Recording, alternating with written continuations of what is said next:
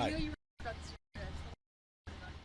point into the decision to start, I guess, stop Yeah, I mean, I think, just kind of assessing how the year's gone, those are two very capable people of playing shortstop and second base. And as we looked at how the year unfolded, just the way Gabby was playing shortstop before he was hurt and knowing how good Rocchio is on defense, it could be one of the best double play combos in baseball. And, and nothing's in stone, but this is kind of how we're going to go for now is, none of them are going to play every single day. Daniel Schneeman's still going to be in the mix in the middle infield as well. So we feel like we have three very, very good middle infielders that we can kind of play at different times. It was only that that's up there minors. What about his defensive abilities do you think makes him a good second? I mean, his hands, his instincts.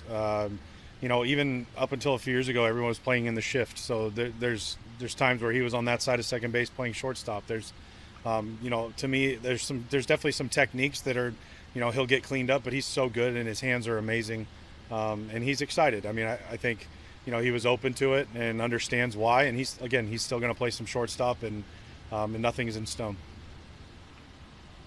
Maybe it's stating the obvious, but having an example of Jimenez not that long ago, he probably saw how that worked. Does that play into it at all? Do you use that as an example when you're talking to him? Yeah, I mean, I think the bottom line is that when your name's in a major league lineup, you're in the lineup, and everyone wants to play maybe a certain spot or a certain this, but we can only play 9 guys, and we have to put them in 9 different positions. And to be at our best, I believe we need to have, Gabby, Brian, and Daniel all playing a lot versus right-handed pitching, and vice versa versus left-handed pitching. So it's a tough problem, but it's a good problem to have, and all of our guys, we've been open and honest about it, and they understand.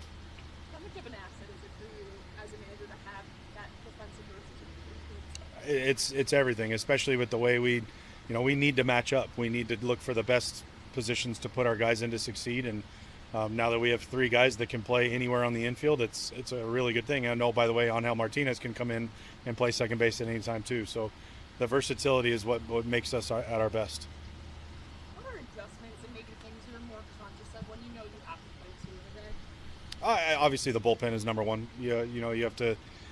You can't necessarily take chances in game one. You gotta think about both games, but at the same time, we've got 9 very good bullpen arms out there that we're going to deploy to win both games. And with Gavin Williams and Tanner Bybee both on the mound, we feel really good about it. So those are some complications. Also, how our position players' bodies hold up. Who can play both games in the field? Who needs a DH? How do we make sure that we're maximizing the matchups while also putting the best guys out there, while not running anyone in the ground, because we're in the middle of 13 in a row. So there's a lot of complications that go into it, and but our guys are prepared. I think this is our 4th or 5th already this year, so we're somewhat used to it. With the starter, We're not there yet.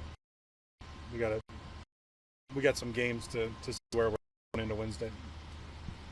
when you look at the Josh Naylor trade kind of in totality now, what do you think about it? How it unfolded, and who the players exchanged in it? Yeah, I mean, I can't speak to who the Diamondbacks received back, for Josh, but I know on our end, obviously it was hard to trade Josh. It was not an easy decision. Josh was a huge part of this team, a huge part of this clubhouse, and obviously a huge part of the order.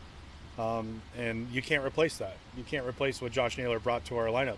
We had some guys like Kyle Manzardo who have stepped up, and having Carlos Santana here, that's been huge for our team. But we have Slade Ciccone, and we look at it that way. That Slade's stepped up and been such a great piece of our rotation. He's one of the reasons we're in the position we are, because of the emergence of Slade, and excited about the future for him. So wish Josh nothing but the best in Seattle, except when they come to Cleveland. And it is what it is. Gavin was pretty openly critical of himself in the first half, saying he felt like he's walked too much, he's gotten behind too much. How would you assess his first half? Yeah, I mean, it's true. His walks were not good in the first half. But this is a pitcher who has added 2 pitches to his arsenal. He's changed his delivery 3-4 times. He has had the ringer thrown to him, and he's answered it every time. And the pitcher that we're really starting to see is someone who's consistent and has no ceiling. He could be the best pitcher in baseball. We feel that way about a number of the guys in our rotation. And Gavin, when he's throwing strikes, he's executing all his pitches, there's not very many pitchers out there better than him, and this and that trend in that direction. Do you ever see any impact of the postponement on the starting pitcher when he's getting ready, going through his routine the day before, and then has to readjust? Sometimes, thankfully we found out fairly early so that he could turn his brain off and get some sleep, and then he didn't have a whole day to think about it, and Tanner gets to stay right on turn with how he would normally do. So it worked out as well as it could have. It's not like he went out and warmed up and had to sit down and do all that. So it's part of the game, and whether or not you've been through it, now he has. So we'll see how it goes. I know you never get tired of talking about Hosey, but in the same vein, when you watch Quan do some of the things that he's able to do, both offensively and defensively, for still a relatively young player, do you have some of the same wow, amazement moments when you see things that he does on the ball field? Absolutely. I love watching our guys play. I mean, I love when we make good plays. I love when I see somebody take a great swing, pitcher makes a nasty pitch. I just like watching it. And Kwani wows us every night, whether it's reading the ball off the wall and throwing the guy out at second, or even it's the balls he cuts off to where the guys can't take an extra base, hitting the cutoff man, playing the game the right way, throwing behind the runner at second, take your single when you need a single, make a mistake inside, I've got the power to turn on you. He's a complete player and steals a base when you need him to. Great base runner. I mean, he is a lot of fun to watch. Rise said the other day I think he was out to 90 feet. Is that still about where he is? Yeah, I think he's right around 90 feet. He's progressing really well. He's feeling good, and so his Tommy John rehab is going really well. How do you? It's not like he would go on a rehab assignment just for his defense or his throwing. Like, what would be the steps to get him in the field? I don't know if he'll play the field this year.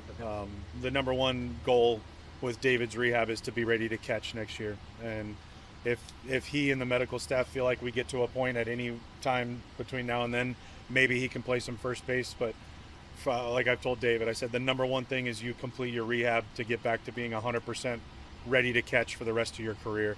If we can be selfish and get lucky and you can play some in the field with us this year at first base, then great, but that's not necessarily a goal that we're pointing to. It's get yourself back, remain, as long as you continue to remain feeling good hitting, you'll do that.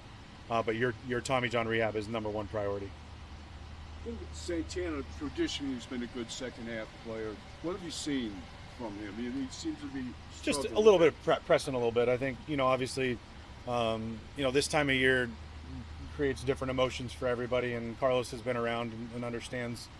And I just think for him, it's maybe the second half didn't quite get off to the start he wanted to over the weekend, and we also asked him to play 6 games in a row at first base in the heat, and there's a lot of factors that go into it. So I think yesterday, or getting the day off, the last day at home, and then getting a rain out, and then today he'll play both games. So I think this could be the start for him to really get it rolling in the second half.